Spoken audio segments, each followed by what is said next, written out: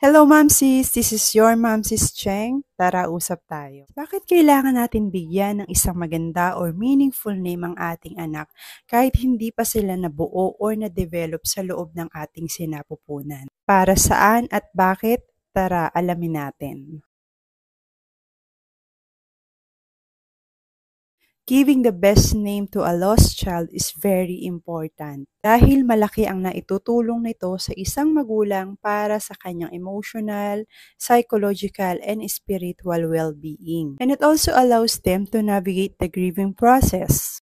Alam natin na bawat pangalan ay may malalim na kahulugan sa bawat magulang. So meaning, this can provide a sense of connection and identity. Makatutulong ba to para sa akin o sa iyong emotional healing? I can say yes.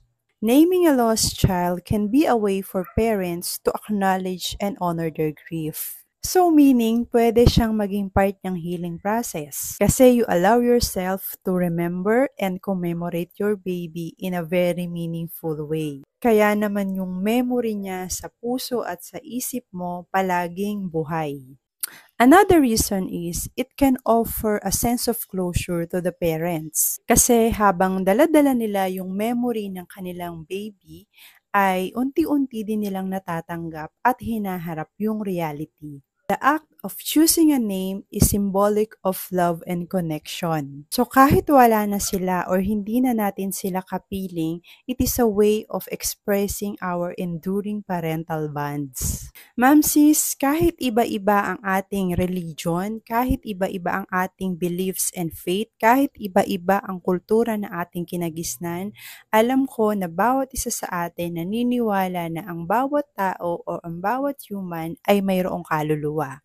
I don't know if you will agree with me or maybe some of you ay hindi naniniwala na ang bawat tao ay may kaluluwa, pero ako as a Christian naniniwala ako na meron tayo nito.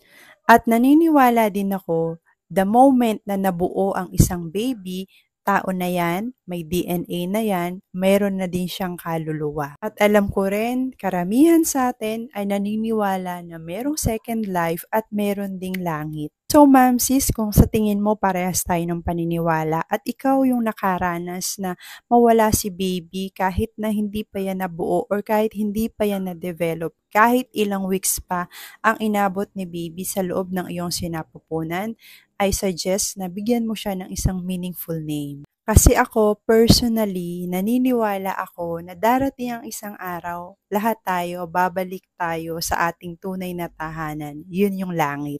At doon, umaasa ako at naniniwala ako na isa sa unang sasalubong sa akin o sa iyo ay yung baby mo. Tapos, yayakapin ka niya, magpapakilala siya sa'yo, tapos sasabihin niya, Mami, ako to. Ako si Ana or ako si Marie. Ako yung baby mo. I know and I believe that surely it will happen. So, can you imagine yung feelings, no? Siguro yun na yung pinaka-the best and ultimate reunion after life. Naku, ma'am sis, alam ko yung topic na ito ay mixed emotion para sa ating lahat. Kasi pwedeng nakaramdam ka ng lungkot or pwede naman na nakaramdam ka ng excitement. Basta kahit ano pa yung nararamdaman mo, palagi mong isipin that we have angels in heaven watching over us from above. Kaya naman ma'am sis, choose the best and meaningful name for your angel.